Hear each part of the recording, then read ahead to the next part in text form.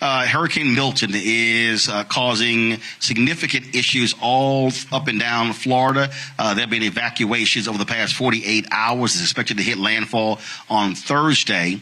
And we're still talking about a Category 3 when it hits land. As somebody who's lived through several hurricanes, born and raised in Houston, folks cannot play any games with it. This is the back-to-back hurricanes. Just had Hurricane Helene that wreaked serious havoc in Florida, Georgia, South Carolina, North Carolina as well. A few moments ago, President Joe Biden addressed the nation talking about their preparations for Hurricane Milton. This is what he had to say. Within a few hours, Hurricane Milton is expected to make landfall on the west coast of Florida, the western coast of Florida. Already we're seeing impacts from the storm, including significant winds and heavy rain. And there's also been frequent and widespread tornado warnings throughout the day, and they're continuing and expected to expand as Milton moves over land, including a few that have already touched down in South Florida. Currently, Milton is a Category 3 with wind speeds up to 120 miles per hour. But no one should be confused. It's still expected to be one of the most and worst destructive hurricanes to hit Florida in over a century. You know, both the heads of the National Hurricane Center and the National Weather Service made it very clear in conversations I've had with them earlier today. Milton still carries incredible destructiveness, can wipe out communities, can cause loss of life. Storm surge is still expected to be up to 13 feet. So I urge everyone in Hurricane Milton's path to listen to local officials and follow all the safety instructions they give. At this point, evacuation is probably difficult. So I encourage people to look for safer shelter. Sometimes moving just a few miles can mean the difference between life and death. We've already approved emergency declarations for Florida. We have thousands of federal personnel on the ground, and we've staged and are ready to go. We have 20 million meals, 40 million liters of water. At my direction, the Secretary of Defense, Austin, has pre-positioned search and rescue teams, helicopters, and high water speed vehicles as close to the storm as possible, so they're ready to conduct life-saving missions. And the administrator of FEMA will be on site tonight in Florida and in the state's Emergency Operations Center. Both Administrator Criswell and I will be in constant contact with state and local officials in the hours ahead. Once the storm hits, we're going to work with state officials to clear debris, restore power, and do it as fast as possible. The Army Corps of Engineers will pump out water and decrease flooding. We've already directed the Department of Defense to be ready to provide active duty service members to support Florida after the storm surge if Governor DeSantis requests the help, which I expect he might, just like we did in North Carolina. I have surged over 1,000 U.S. Coast Guard personnel to perform search and rescue missions and reopen the Port of Tampa as soon as possible. Now, I want to reiterate a point I made clear earlier today to the folks who have been impacted by Helene. This impact, and will be now impacted by Milton. Over the last few weeks, there's been reckless and irresponsible and relentless promotion of disinformation and outright lies about what's going on. It's undermining confidence in the people in Florida and incredible rescue and recovery work that has been undertaken. Literally, there are thousands of fellow Americans who are putting their lives at stake and putting on the line to do the dangerous work that needs to be done now. And it's harmful to those who most need the help. Quite frankly, these lies are un-American, and there's simply no place for them. Not now, not ever. Former President Trump has led this onslaught of lies. Assertions have been made that property is being confiscated. That's simply not true. They're saying people impacted by these storms will receive $750 in cash and no more. That is simply not true either. They're saying that money needed for these crises are being diverted to migrants. What the heck are they talking about? Stop it. It's outrageous. It's just not true. Now the claims are getting even more bizarre. Marjorie Taylor Greene, the congresswoman from Georgia, is now saying the federal government is literally controlling the weather. We're controlling the weather. It's beyond ridiculous. It's so stupid. It's got to stop. Let me close with this. As difficult as these days and weeks have been, we've seen incredible courage by so many of our fellow Americans. I want to thank all the first responders for running toward danger instead of away from it, for saving lives and making a difference. FEMA personnel risking their lives, climbing on hillsides to reach people who cut off by Helene. Army National Guard flying through the gale wind force it's amazing what they're doing. Firefighters lifting collapsed wood and metal in an attempt to see if there are survivors, any survivors under the debris, risking their lives. Coast Guard teams rappelling from helicopters to rescue people and risking their own lives. And there are countless friends and neighbors who have sacrificed for the greater good. Volunteers leaving their own families behind to help search for someone else's family. Fellow Americans looking out for one another. That's America at its very best. That's who we are. So my final message tonight is to the people of Florida and all the impacted states. We've got your back. We've got your back. And Kamala and I will be there for as long as it takes to rescue, recover, and rebuild.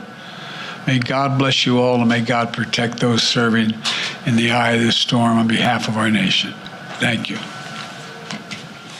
Why do you think Trump is spreading misinformation?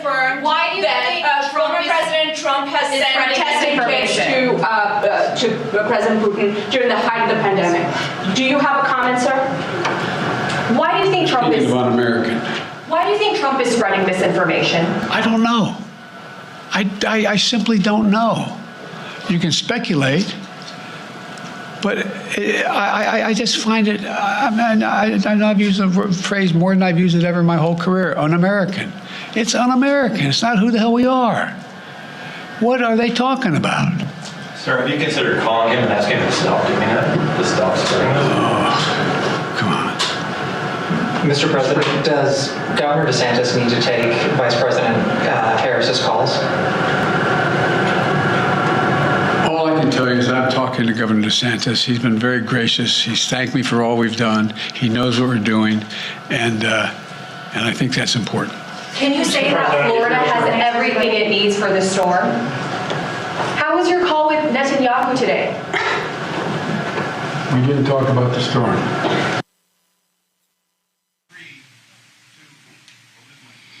Earlier today, Vice President Kamala Harris called into CNN and the Weather Channel as well, talking about this and urging folks to actually evacuate from these storm areas. I want to go to my panel.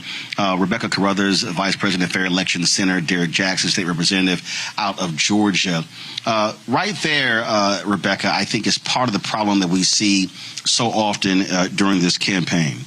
Something happens, and then whether it's President Biden or Vice President Harris, they are being asked to respond to something stupid that Donald Trump says or does, as opposed to keeping the focus on what the actual issue is. And you saw President Biden literally say several times, it's stupid what these conservatives are out here doing, even suggesting that this is probably one of the dumbest things I've ever heard, that the Democrats can control the weather.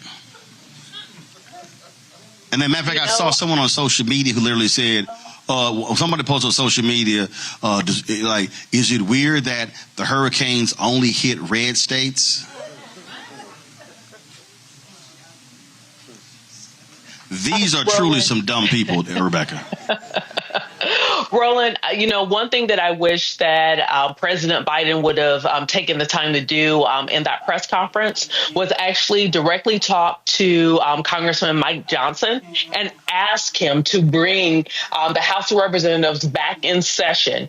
Because one thing that we do know of the FEMA budget this year, I believe only $191 billion was actually finally agreed to and passed, when we know as of 4 days ago, the total projected costs for Hurricane Helene had already toppled over $200 billion already, and that was 4 days ago. And we know it's going to continue to escalate. And then we have Milton right behind it. So right now, we know that there isn't enough money that's being allocated by the Congress to actually fill FEMA's coffers. And we know there's going to have to be some emergency spending bills. So I do wish that President Biden would have taken that time to say, hey, Congress, come back to town and do your job. We have a national crisis. But to your point, one thing that we are seeing from former President Trump is that he is using every opportunity to turn this into a political football when we actively have thousands of people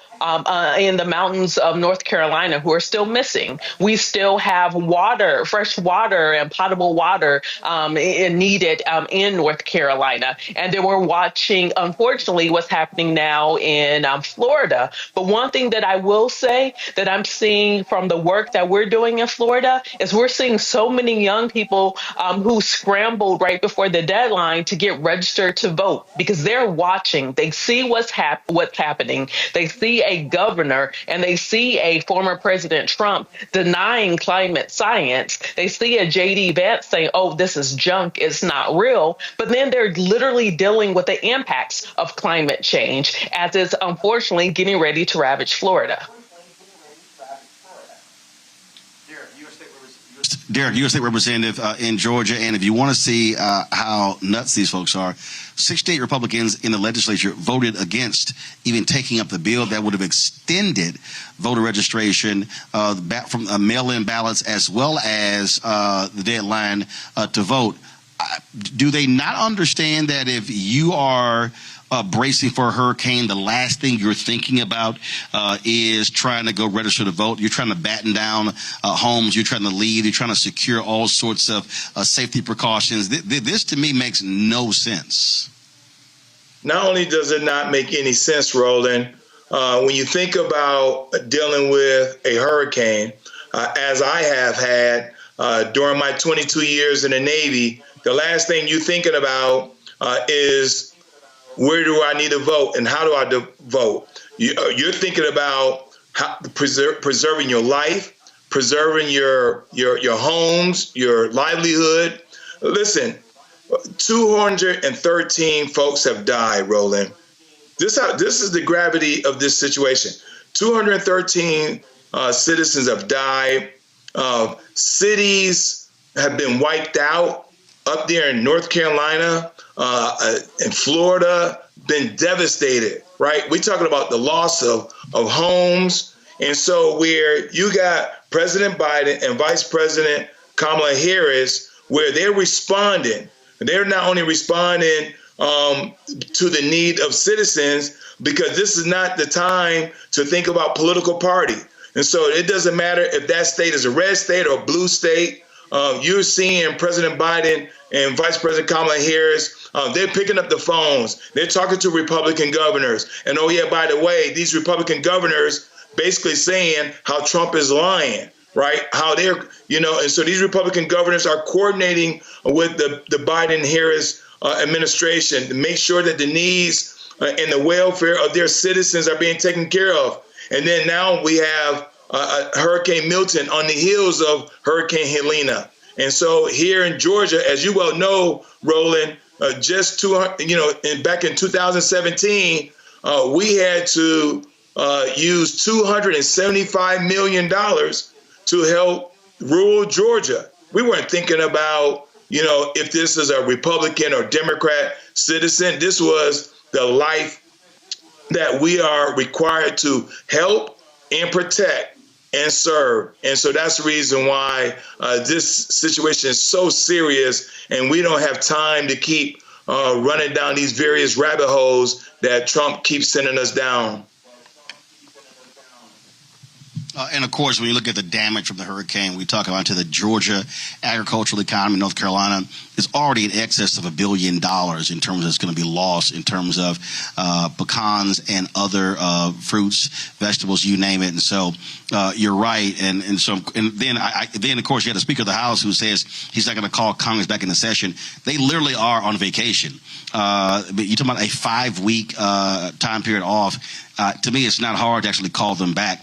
To be able to bring them in to actually approve additional funding. But I can guarantee you, if Hurricane Milton wipes out a whole lot of stuff in these Republican districts, then you're going to see folks crying and wailing about resources.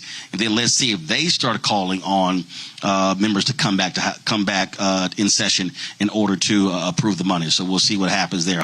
In 2016, Donald Trump said he would choose only the best people to work in his White House. Now those people have a warning for America. Trump is not fit to be president again. Here's his vice president. Anyone who puts themselves over the Constitution should never be president of the United States. It should come as no surprise that I will not be endorsing Donald Trump this year. His defense secretary. Do you think Trump can be trusted with the nation's secrets ever again? No. I mean, it's just irresponsible action that places our service members at risk, places our nation's security at risk. His national security advisor. Donald Trump will cause a lot of damage. The only thing he cares about is Donald Trump. And the nation's highest-ranking military officer. We don't take an oath to a king or a queen or to a tyrant or a dictator. And we don't take an oath to a wannabe dictator. Take it from the people who knew him best. Donald Trump is a danger to our troops and our democracy. We can't let him lead our country again. I'm Kamala Harris, and I approve this message.